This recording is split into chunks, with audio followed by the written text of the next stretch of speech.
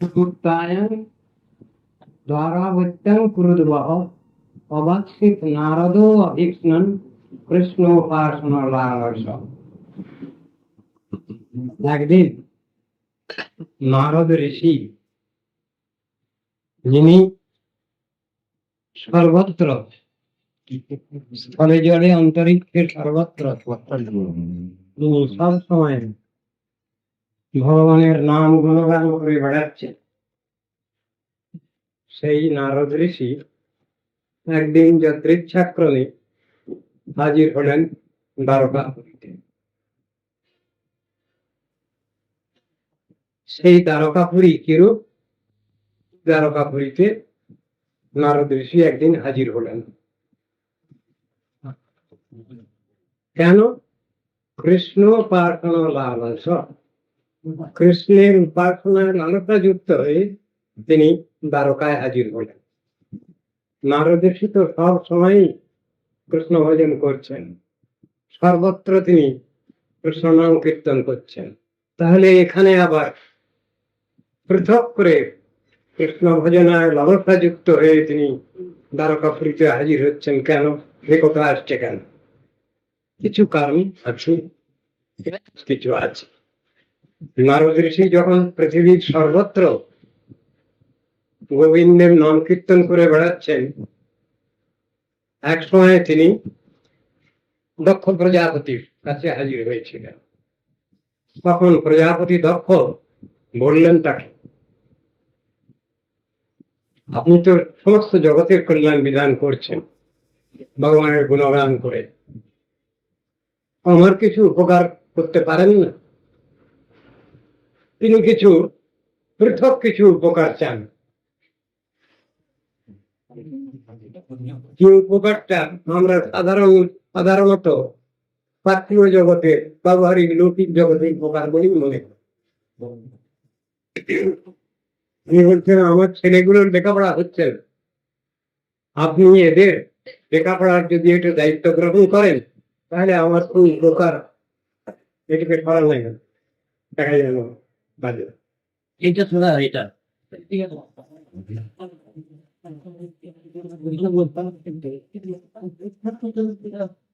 নারদ ঋষি বললেন, আমি যা করি, আমার যা প্রতিজ্ঞা, আমার যা সেবা, আপনি তো সবই জানেন।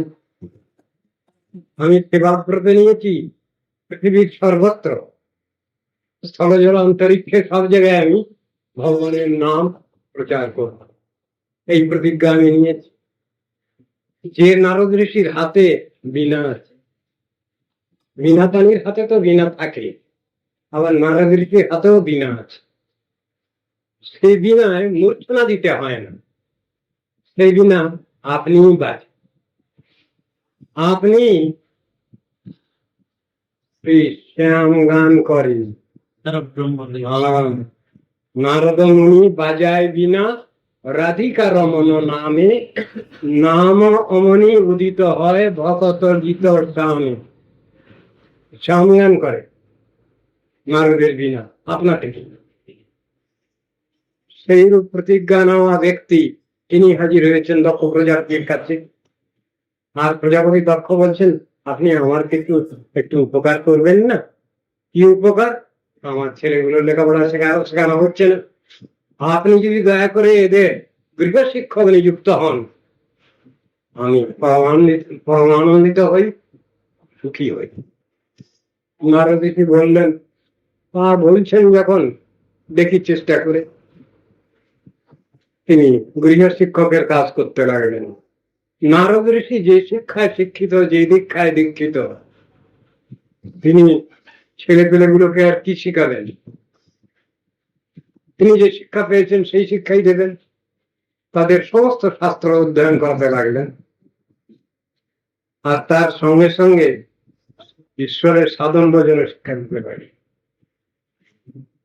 যত ছেলে সব পড়াশোনা করে করে সেখান থেকে পড়া শেষ করছে, সবাই সাধু হয়ে বেরিয়ে যাচ্ছে। এইরকম হাজার হাজার পুত্র সন্তানগণকে নারদ ঋষি শিক্ষা দিয়েছিল, সবাই সন্ন্যাসী হয়ে বেরিয়ে চলে গেল। মনে মনে খুব দুঃখ হলো প্রজাপতি দক্ষে, যে আমি এমনই একজন প্রাইভেট টিউটার নিযুক্ত করলাম যার শিক্ষার ঢং অদ্ভুত রকমের, শিক্ষা পেয়ে সব সন্ন্যাসী হয়ে বেরিয়ে যাচ্ছে। যিনি প্রজাপতি তার নাম দক্ষ প্রজাপতি, প্রজা সৃষ্টিতে দক্ষ তিনি, সংসারের সৃষ্টি বৃদ্ধি কাজে তার দক্ষতা যথেষ্ট।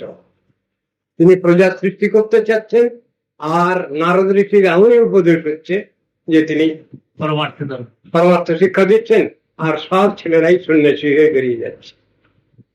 মনে মনে খুব অসন্তুষ্ট হলেন দক্ষ প্রজাপতি। নারদ ঋষিকে কখনো তিনি অভিসম্পাদ দিয়ে বসবেন। আপনি এক জায়গায় বসে বহু লোককে শাস্ত্র কথা উপদেশ করতে পারবেন না, ধর্ম উপদেশ করতে পারবেন না। নারদ ঋষির ক্ষমতা অনেক বেশি দক্ষ প্রজাপতির থেকে। দক্ষ প্রজাপতি বৈষ্ণবত্ব অত প্রকাশিত নয়, কিন্তু নারদ ঋষি সমস্ত সম্প্রদায়ের লোক। ভারতবর্ষীয় যত সম্প্রদায় আছে সব সম্প্রদায় তিনি আদিগুরু নারদ ঋষি। এখানে নারদ ঋষিকে দক্ষ প্রজাপতি অভিসম্পাদ দিয়ে বসবেন। এক জায়গায় বসে বসে আপনি উপদেশ করতে পারবেন না, ধর্ম উপদেশ। তাহলে আমার ছেলেগুলোর মাথা খাওয়ার মতো অবস্থা হবে। নারদ ঋষিও প্রতি অভিসম্পাদ দেওয়ার ক্ষমতা যথেষ্ট ছিল, কিন্তু যেহেতু তিনি বৈষ্ণব, শ্রেষ্ঠ বৈষ্ণব, তিনি প্রতি অভিসম্পাদের মধ্যেই জানতেন। তিনি ব্যবস্থা নিলেন, ঠিক আছে আমি তাহলে এখন এখান থেকে চলে যাই, ভগবান যেখানে লীলা প্রকাশ করছেন ওই দ্বারকাপুরীতেই চলে যাই। সেখানে গেলে আমি নিশ্চিন্তে ভগবদ আরাধনা করতে পারবো। দক্ষ প্রজাপতির অভিসম্পাদ দ্বারকাপুরীতে প্রবেশ করতে পারছে না। যেখানে ভগবানের লীলাক্ষেত্র, লীলাভূমি, সেখানে দক্ষ প্রজাপতির অভিসম্পাদ প্রবেশ করে না। এই জন্যই নারদ ঋষি মাঝে মাঝে আসতেন দ্বারকায় ভগবানের লীলা দর্শন করবার জন্য, এবং সেখানে একান্ত চিত্তে কিছুদিন ভগবানের লীলা কথা আলোচনা, তার সাক্ষাৎ দর্শন দুটোই হতো তার। এই ছিল তার উদ্দেশ্য। এখানে সেই জন্য বলছেন তিনি মাঝে মাঝে আসতেন, অভীক্ষ্ণ প্রায়শই আসতেন। কৃষ্ণ উপাসনা লালসা, কৃষ্ণ উপাসনা লালসা যুক্ত হয়ে তিনি দ্বারকাপুরীতে আসতেন, অন্য কোনো উদ্দেশ্য ছিল না। কোন রাজন্দ্রিয়বান মুকুন্দ চরণাম্বুজম ন ভজের সর্বত মৃত্যু উপাসন আমার উত্তমই। কথাটা সুখদেবী বলছে, হে রাজন, সর্বতভাবে মৃত্যুর অধীনতাগ্রস্ত কোন প্রাণী ব্রহ্মাদি দেবেন্দ্রগণের শোভনীয় শ্রীকৃষ্ণ চরণ কমলের আরাধনা না করেন? রাজন মানে এখানে পরীক্ষিত রাজা, এখানকার তাকে বলছেন এই প্রসঙ্গটা। এমন কে ব্যক্তি আছেন এ সংসারে যিনি ভগবান শ্রীহরির চরণ কমল আরাধনা না করতে চান? এমন কোন ব্যক্তি আছেন? উত্তম শ্লোক গুণানুবাদাত পুমান বিরাজ্যেত বিনা পশুঘ্নাত। পশুঘাতী ব্যাধ ব্যতীত এমন কোন লোক আছে সংসারে যে নাকি ভগবানের লীলা কথা, সুন্দর লীলা কথা শ্রবণ করতে পারানো, কথা শুনতে না চায়? তার মানে সকলেই শুনতে চায়। ভগবানের যে পরম মঙ্গলময় যে নাম গুণ লীলা কথা, সেটা সবাই আমরা শুনতে চাই, তাতে স্বাভাবিক ভাবে আগ্রহ থাকা উচিত। এই কথাই বলছেন।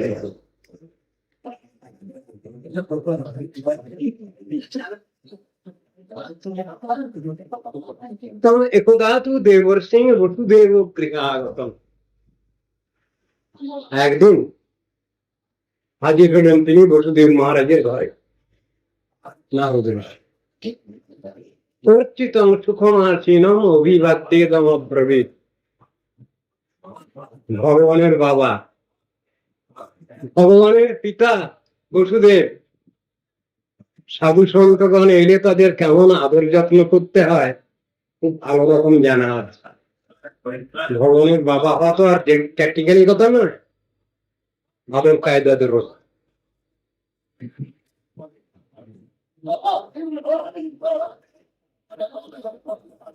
দেবর্ষি নারদ যথাযথ পূজিত হলেন এবং সুখে ভবিষ্ঠ হলে তিনি তাকে প্রণাম করে জিজ্ঞাসা করছেন। নারদ এলে তাকে হাত পা ধুইয়ে দিলেন, পূজা করলেন নারদের সাথে। তারপরে তিনি যখন বসেছেন সেই সময় বসুদেব মহারাজ তাকে প্রণাম করে বলতে লাগলেন।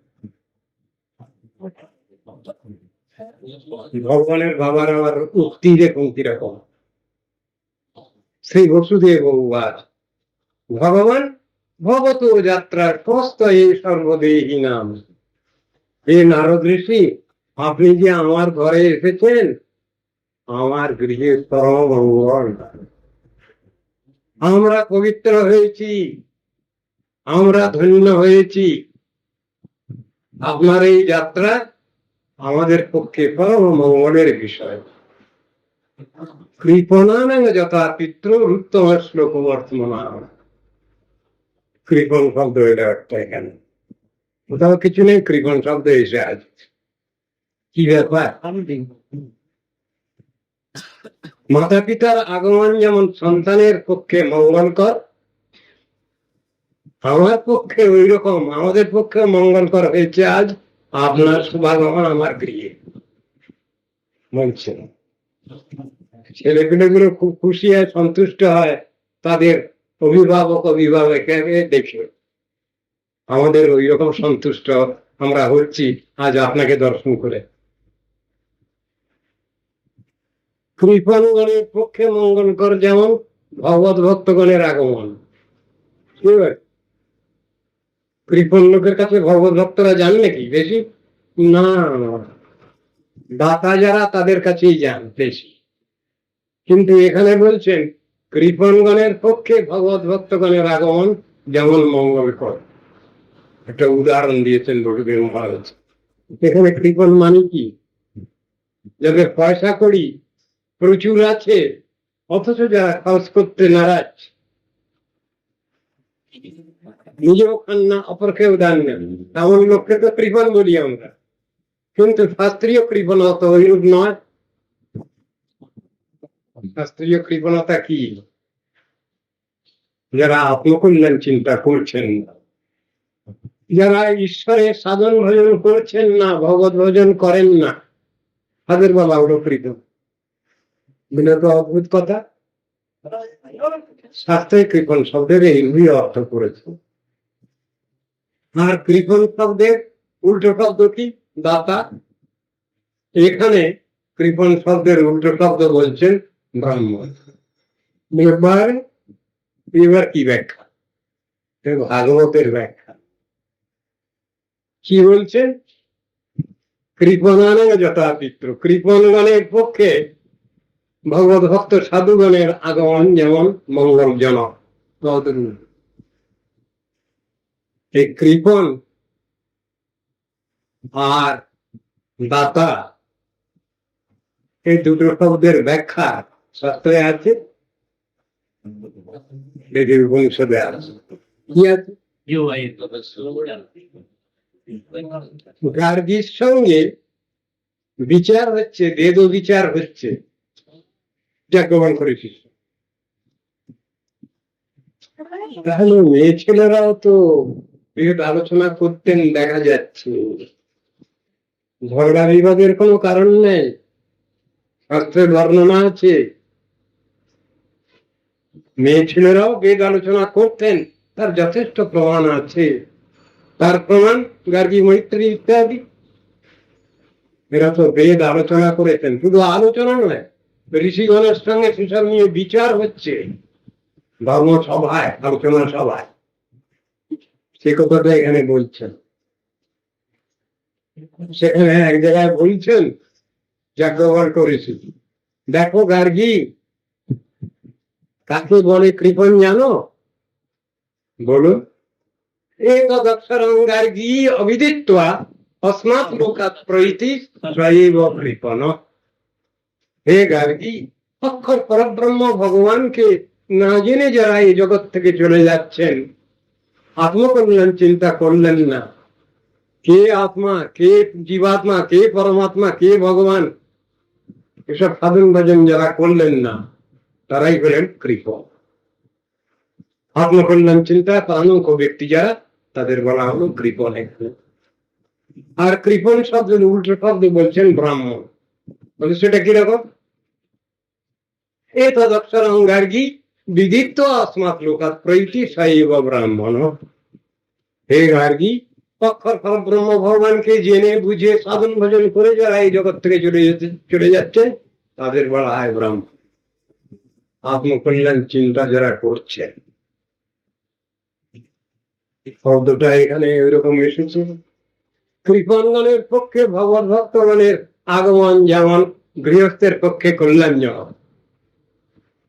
এর অর্থ হচ্ছে তাহলে কি, আমরা সাধারণ ভাবে ঈশ্বরের ধ্যান ধারণা রাখি না, সাধন ভজন করতে চাই না, সেইরূপ ব্যক্তি যারা ভগবত চিন্তা বিমুখ যারা, তাদের পক্ষে সাধু সন্তগণের আগমন, উপদেশ, নির্দেশ নিশ্চয়ই মঙ্গলজনক। সেই কথা এখানে অবতারণা করছেন বসুদেব মহারাজ, কে ভগবানের পিতা।